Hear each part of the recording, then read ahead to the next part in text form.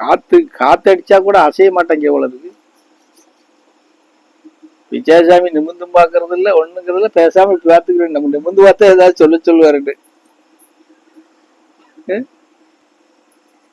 தனபால் சொல்லு சாமியே, என்ன எவ்வளவு மீட்டிங் போட்டு பேசுற, எவ்வளவு இது நடத்துற, நீ என்ன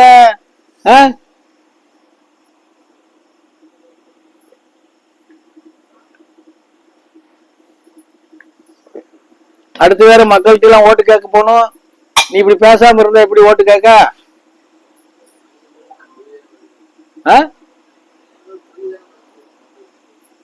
பொய் தான் பேச போறீங்களா? அது ஏற்கனவே நேத்தே சொல்லிட்டேன், எல்லாம் பொய்யா தான் பேசிட்டு இருக்காங்கன்னு. நேத்தும் சொல்லிட்டேன், காலையிலயும் சொல்லிட்டேன். நீங்க எல்லாருமே பொய் தான் பேசி ஓட்டு கேட்க போறீங்க. அதை ஏமாந்து இந்த மக்கள் சீரழிய போறாங்கன்னு ஏற்கனவே சொல்லியாச்சு. எந்த அரசியல்வாதியும் உண்மை பேச போறதுல எல்லாமே பொய்ன்னு சொல்லியாச்சு, இந்த வாத்தியார்கள் உள்பட. என்ன புரியுதா? இது ஒரு இது, பொய் சொன்னாதான் மக்கள் நம்புறாங்க, இல்லைன்னு நம்ப மாட்டாங்க. நான் என்ன சொல்றேன்னா, பொய் சொன்னாதான் நம்புறாங்க, இல்லைன்னா நம்பலன்னு நாம பொய் பேசுறோம்னா அப்ப தெரிஞ்சே நம்ம பாவத்தை பண்றோம் இல்லையா? தெரிஞ்சே பாவத்தை பண்றோம். அப்ப நம்ம சன்னதிகள் சுகமா வாழ்வாங்கன்னு எப்படி நீ நம்ப முடியும்?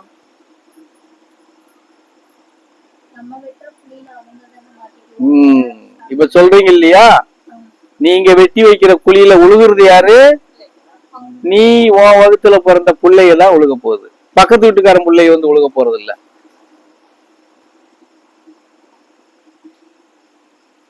இப்போ சாமி சொல்றது நடைமுறை சமாதானத்துக்கு வேணா சொல்லிக்கலாம். ஆனா பிரபஞ்ச நடைமுறையில இயற்கையினுடைய பார்வையில இப்ப நாம சொன்னதுதான்.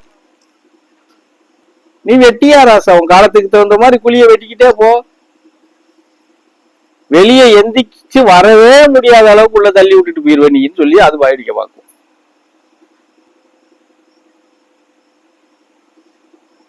புரிஞ்சதா? படிச்சவங்களும் அப்படியே, அறகுற படிப்புக்காரங்களும் அப்படியே, படிப்பே இல்லாதவங்க கூட ஓரளவுக்கு ஞானம் இல்ல, கொஞ்சம் செயல்பாடு சரியா இருக்கும். எப்படி?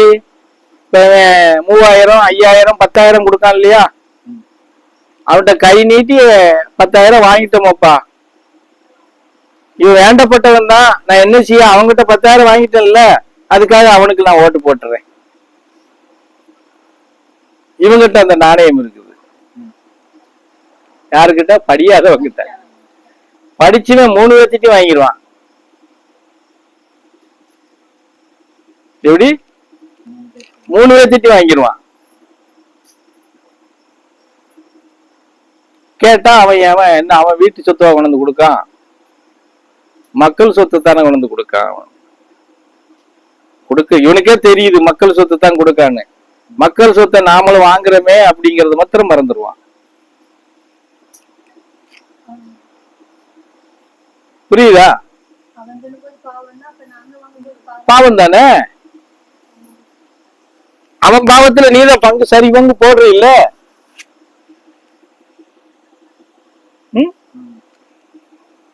இதை யோசிக்க மாட்டாங்க. இவன் வகுத்துக்குள்ள வரும்போதுதான் ஐயோ கூவேன்னு கத்துவாங்க.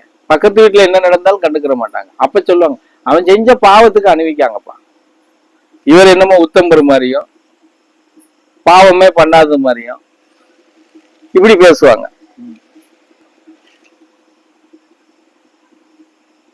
இதான் பல முறை சொல்லியிருக்கோம்ல தாய்களா, நமக்கு ஒரு நிகழ்வுகள் வருதுன்னா அது தானா வரல, நம்ம முன்னாடி ஆரம்பிச்சு வச்சிருக்கிறோம், அது பின்னாடி வந்துகிட்டு இருக்கு, அவ்வளவுதான்.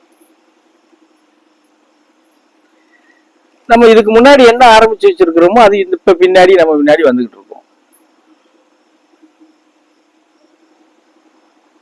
இதையெல்லாம் மறந்துட்டு நம்ம சௌரியத்துக்கு நம்ம வாட்டு கொண்டு சொன்னோம் அப்படின்னா, அவன் சொன்ன மாதிரி இறைவன் என்ன, அவன் என்ன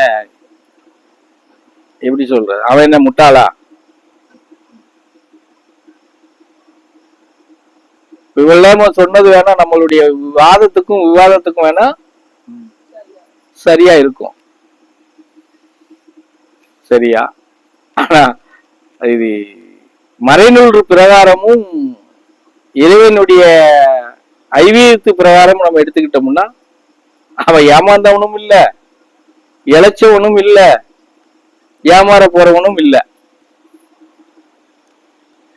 ஏமாறுறா யாருன்னா நம்ம மக்கள் தான் ஏமாறணும். இறைவன் அவன் பாட்டுக்கு உட்கார்ந்துட்டு இருப்பான். போடா மகனே போ, அவ்வளவுதான். உன்னைய நல்லா இருன்னு நீ அனுப்பிச்சு வச்சேன், நீ நாசமா போய்கிட்டு இருக்க. 2 பேர்த்த விட்டு உன்னை சொல்ல சரியில்லடா நீ தப்பா போறன்னு சொல்ல விடுறேன், அதை நீ கேட்க மாட்டேங்க. போய் சாகு, மண்ணுல உழு, மொட்டி மோது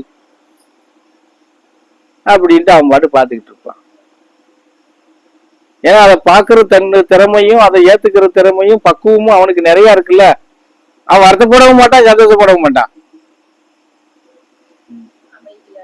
அவன் பாட்டுக்கு இருப்பா, ரைட்டு அப்படின்னு. என்னமோ நமக்கு எல்லாம் வந்துட்டா நம்ம எல்லாம் பண்ணிட்டா அவன் கஷ்டப்படுவான்னு நம்ம நினைச்சிட்டு இருக்கிறோம். அவனுக்கு கண்ணு தெரியாதா? கடவுள்னு ஒருத்தன் இருக்கானா? அப்படி இருந்தா இப்படி எல்லாம் நடக்குமா? அப்படின்னா நம்ம பேசிக்கிட்டு இருப்போம். அவன் உனக்கு நடந்த என்ன, நடக்காம போன என்ன, நீ இருந்த என்ன, இல்லாம போன என்ன, நீ சாப்பிட்ட என்ன, சாப்பிடாம போன என்ன, அவனுக்கு என்ன வந்துச்சு? ஐயோ நம்ம இன்னைக்கு இவனு சாப்பிடாம படுத்துட்டா நம்ம போய் சோறு கேட்கறது நின்று போயிரும்னு அவன் நினைக்க போறானா? சொல்லு பாப்போம். அது நடக்காம படுத்துக்கிட்டானே நம்ம வீட்டுல வந்து வேலை செய்யறது நின்று போயிட போறோம்னு அவன் நினைக்க போறானா?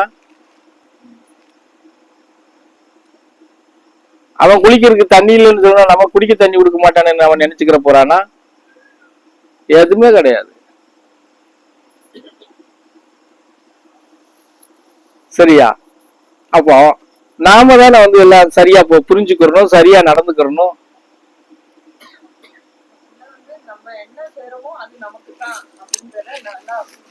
கண்டிப்பா நீ நல்லது செஞ்சாலும் உனக்கு தான், தீமை செஞ்சாலும் உனக்கு தான்.